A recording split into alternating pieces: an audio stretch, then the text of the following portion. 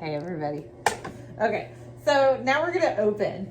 All right, so what I'm gonna do slightly different is I am gonna hold this hand. I still got it wedged in my hip, right? I'm gonna use this hand for support, and my left hand is now gonna be my action hand.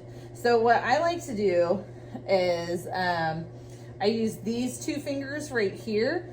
I'm gonna use my thumb to support, so I'm kind of making like a little baby bird, right? So I'm using my thumb for support, and then I'm using these two fingers, like hardcore, I'm using these two fingers to push down into the clay, okay? And it still has to be kind of slick for this. And be careful with this hand, if you push too hard on the wheel head for too long, that's this thing, it'll rub your hand and make your hand sore, okay?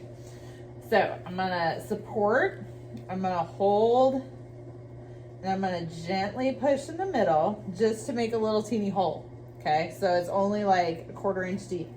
And then I'm just gonna fill that with water because I wanna make sure that I have enough water to keep this nice and smooth. And then I'm gonna keep pushing down a little farther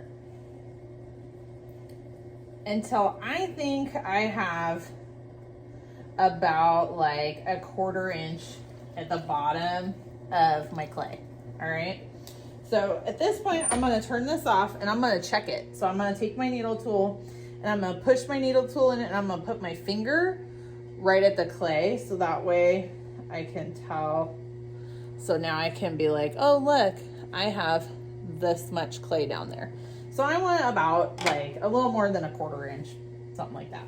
And now that I have an opening, I'm gonna slow my wheel down just a little bit. So I still need it to be going, but I'm gonna slow it down so it's not quite crazy.